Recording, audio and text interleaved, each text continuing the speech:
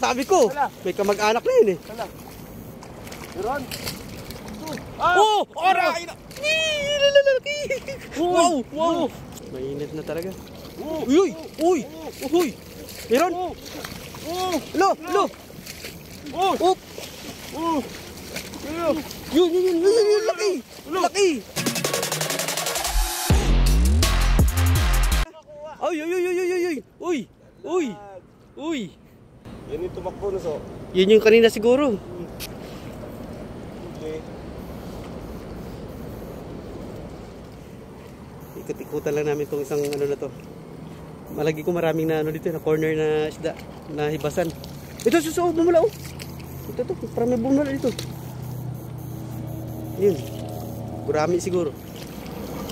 Matindi na ang init, idol. Mainit na talaga. Uy! Uy! Uy! Meron? Lo! Lo!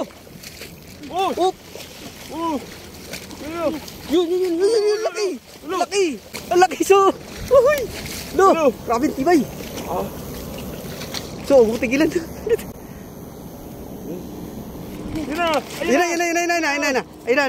Ayun na.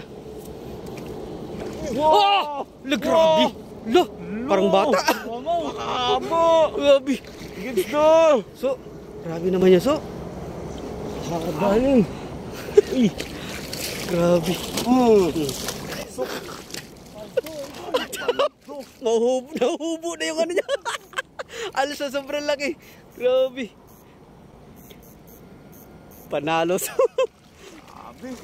Panalo si Bunso. Panalo si Sniper ngayon mga idol. Ang laki. Mga 3 kilo siguro yun so no? O 4? 3 siguro. 3 kilo na. Laki. Laking hito mga idol.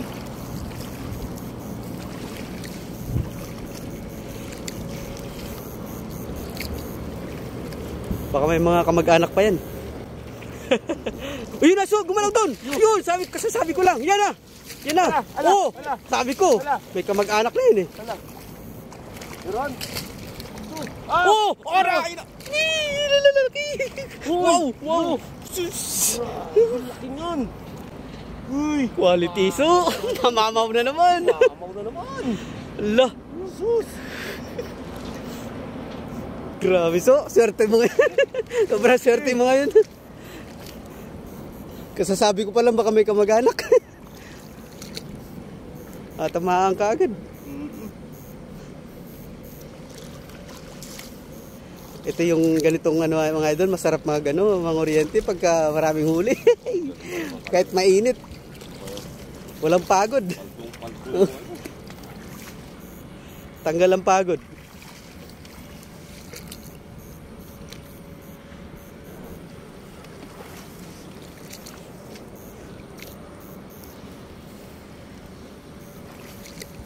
Sa mga gilid-gilid so baka mayroong nakasiksik dyan na ano, bulig. Dalag.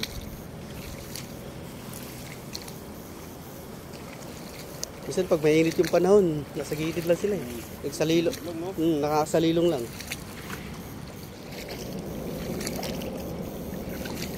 Op. Marami. Ano yan? Marami. Ha? Ay, yan o. Ayan, iniipon mo yan eh. Pakawala natin sa ano, pasingaw.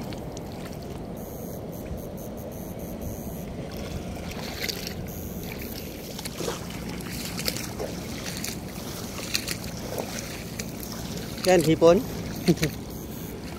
Lalo. Pakawala natin dito kan. Ha? Oo. Bulakti. Bulakti.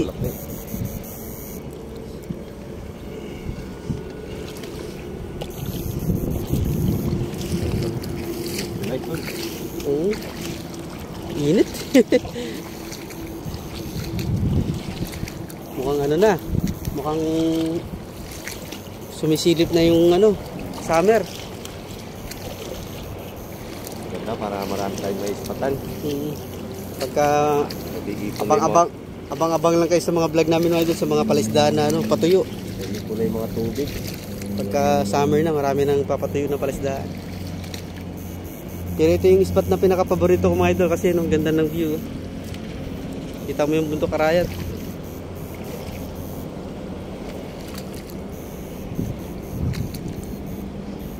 Yung lapad ng palayan na to. Sa ngayon walang tanim na palay dahil kakahupa lang ng baha. Mataas kasi yung baha dito mga idol.